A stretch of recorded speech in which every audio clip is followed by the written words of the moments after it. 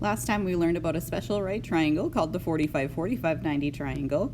Here's another type of right triangle that has acute angles of 30 degrees and 60 degrees.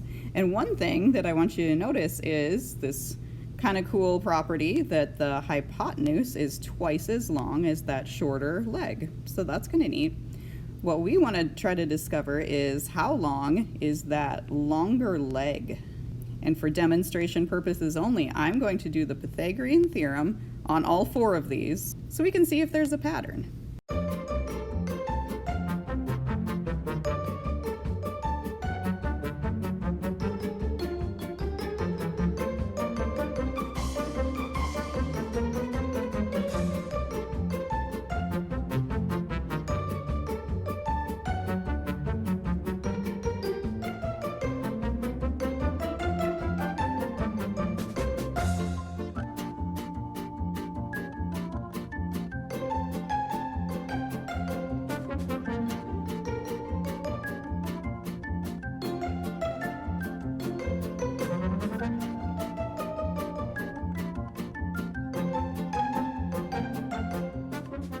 I hope you're seeing the pattern on that longer leg. We should notice that the leg that's across from the 60-degree angle is always that shorter leg times the square root of 3. And that's our theorem of the day, the 30-60-90 triangle theorem. The hypotenuse is twice as long as that shorter leg, and the longer leg is square root of 3 times as long as the shorter leg. You have to memorize that relationship as you'll be using it for the next 3 years in math class, but we're not going to use the Pythagorean theorem because we're trying to use the shortcut, trying to make it quicker. Best case scenario, you know that shorter leg, because if you know the shorter leg, then you know the hypotenuse is just twice as big. And if you know the shorter leg, then you know that the longer leg is that distance times the square root of 3. And we would leave that in simplest radical form. Here's another example where they didn't give me the shortest leg, but they did give me the 16, which is the hypotenuse. That's good news because the hypotenuse is 16, and I know that the hypotenuse is 2 times longer than that short leg. So that short leg must be 8. And once I know the short leg, I can figure out this longer leg by taking 8 times the square root of 3. And we're just going to practice a bunch of those. That's the skill of the day. This is my favorite type, where we know that shorter leg. The one that's across from the 30-degree angle is the shortest leg on the triangle, and that's the one I prefer to know because I know that the hypotenuse is double, and the longer leg is multiplied by the square root of 3. So it's actually pretty easy just to fill in those other legs as long as I know it's a 30-60-90 triangle. This next one looks a little funky, but we're going to follow the same pattern. I know that the hypotenuse is twice as big, and the longer leg is that length times the square root of 3. 12 square root of 2 times 2 is just 24 square root of 2. And 12 times the square root of 2 times the square root of 3 would be 12 square root of 6. And the square root of 6 can't be broken down anymore, so that's already in simplest radical form. And the last one, I know the shorter side, which means my hypotenuse is double. My longer leg is multiplied by the square root of 3. What is square root of 3 times 2? It's 2 square root of 3. And what's square root of 3 times square root of 3? Square root of 9. And the square root of 9 is 3. So it winds up, that's the whole number on this one. So we know that the hypotenuse is always 2 times that short length. And the longer leg is always square root of 3 times that short length.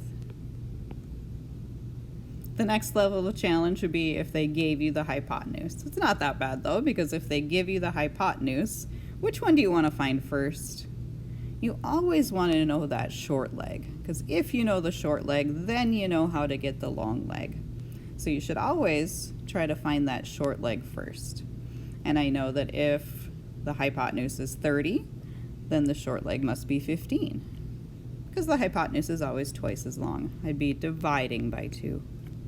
Once I know the 15, I'm going to use that because I know that that times the square root of 3 gives me the length of the longer leg.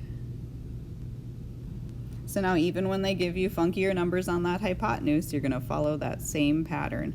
I know that if I divide that by 2, I'll find my short leg. And what is square root of 10 divided by 2? You can't really simplify it. It's square root of 10 over 2. And then we take that times the square root of 3.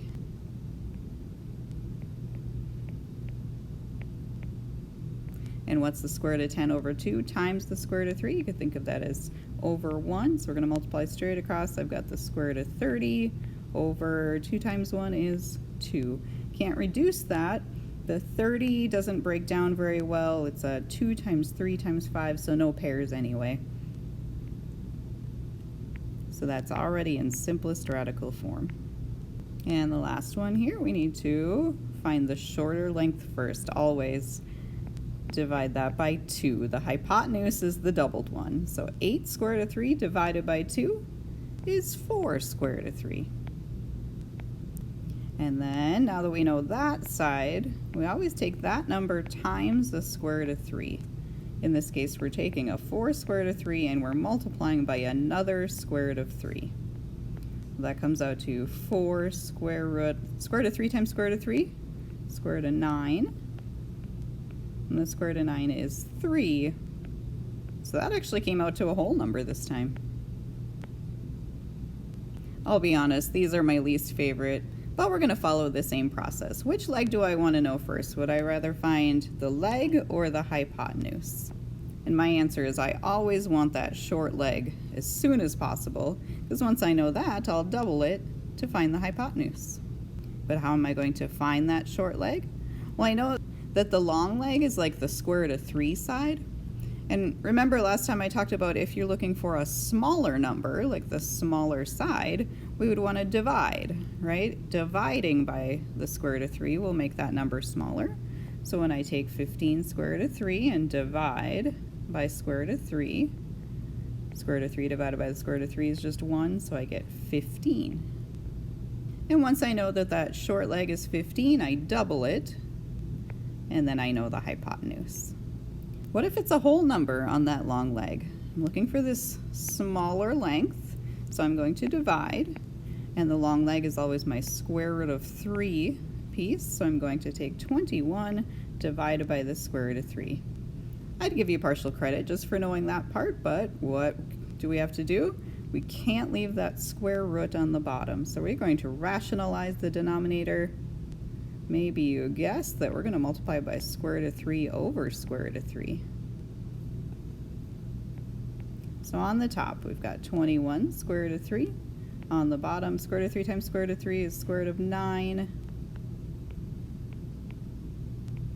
Square root of 9 is just 3. And which can we reduce, the 21 over the 3 or the 3 over 3? And the answer is the 21 because it has no roots on it. So that would be 21 divided by 3 is 7. 7 square root of 3.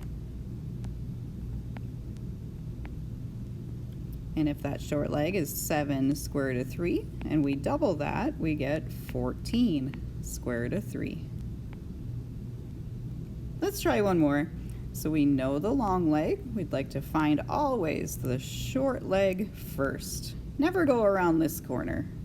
I'm looking for a shorter length, so I'm going to divide, and the key number being the square root of 3. So I will take 4 square root of 2 and divide it by the square root of 3. That's the correct number. But we're not allowed to leave that square root on the bottom, so we're going to rationalize it by multiplying it by itself. So I'll multiply by square root of 3 over square root of 3. On the top, I get 4 square root of 6. And on the bottom, I get square root of 3 times square root of 3, which is square root of 9, and that equals 3. I'm not allowed to reduce the 6 over 3 because that 6 is in the radical. The 4 over 3 doesn't reduce either. So my answer in simplest radical form is 4 square root of 6 over 3. Once I know that short leg, how do I find the hypotenuse? I just double. Now if I'm taking 4 square root of 6 over 3 and I'm multiplying it by 2, just remember that's like multiplying by 2 over 1. So that would be 8 square root of 6 over 3.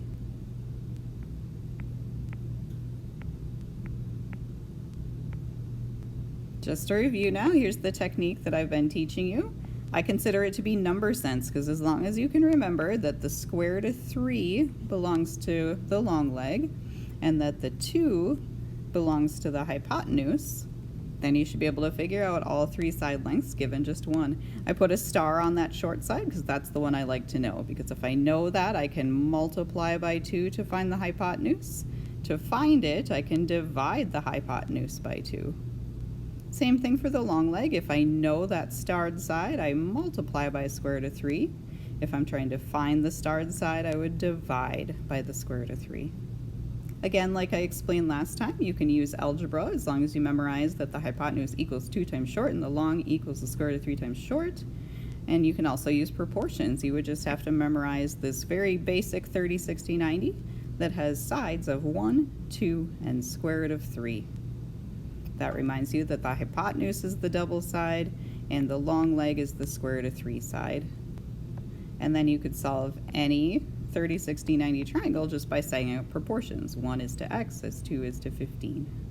Again, lots of different ways that we could solve these. I'll be using the number sense way, but they all require that you memorize those values of 2 and square root of 3.